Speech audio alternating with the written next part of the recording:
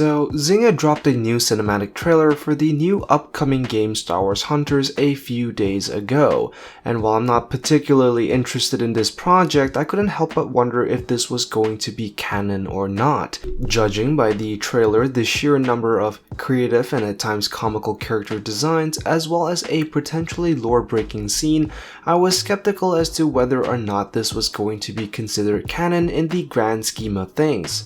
But hey, it looks like I was wrong. Star Wars Hunters is in fact confirmed to be canon, at least from what I've gathered. And the potentially lore-breaking aspects of it aren't that lore-breaking after all. The game is centered around the rocky planet of Vespaara, which is host to these gladiatorial games between individuals from all over the galaxy.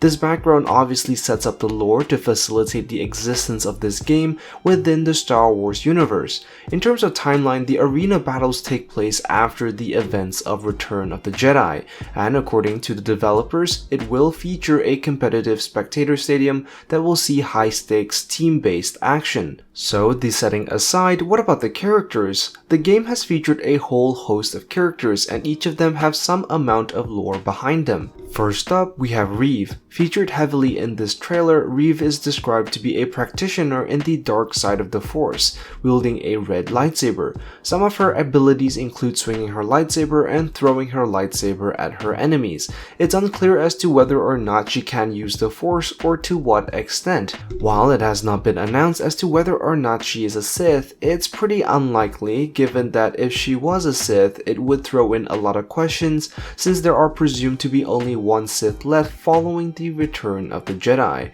So it's more likely that this is a Dark Jedi or potentially an Inquisitor. The character design would certainly fit that of an Imperial Inquisitor on the run following the collapse of the Empire. Next up, we have Amara Vex, a mysterious bounty hunter wearing a helmet with a chip inside. Armed with a customized blaster and a shoulder-mounted weapon, it's pretty safe to assume that Amara Vex is just one of many bounty hunters in the Star Wars galaxy. There is also Zynga, a veteran of the Rebel Alliance and a hero to the New Republic. She is described to be a Han Solo-like character with fast reflexes and a pair of robot legs. However, what a hero of the New Republic is doing in the arena remains to be seen. Part of the roster is a Wookiee by the name of Gorz, described to be a berserker-like warrior who apparently likes to go on a rampage. The character design has appeared to set him up as a tank armed with two clubs, so fingers crossed that one of his abilities might be ripping arms off. Arental is a Mandalorian bounty hunter, equipped with blasters, a jetpack, and even a flamethrower. According to his description, it is said that he has arrived at the arena to deal justice to the wicked. Next up, we have the Imperial Cult Sentinel.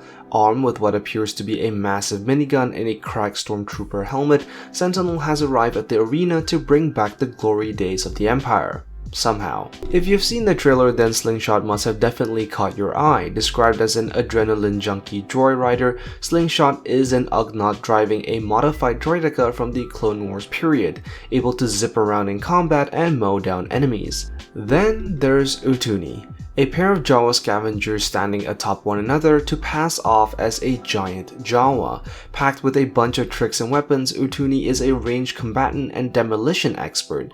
It's a very curious character design given that Utuni is a singular name given to two Jawas, perhaps as a way to really disguise themselves as one Jawa to intimidate others. Finally, we have J3DI, a droid who thinks that it's a Jedi. It's not entirely clear if the droid has force powers, but it's pretty unlikely given that that would break the lore massively.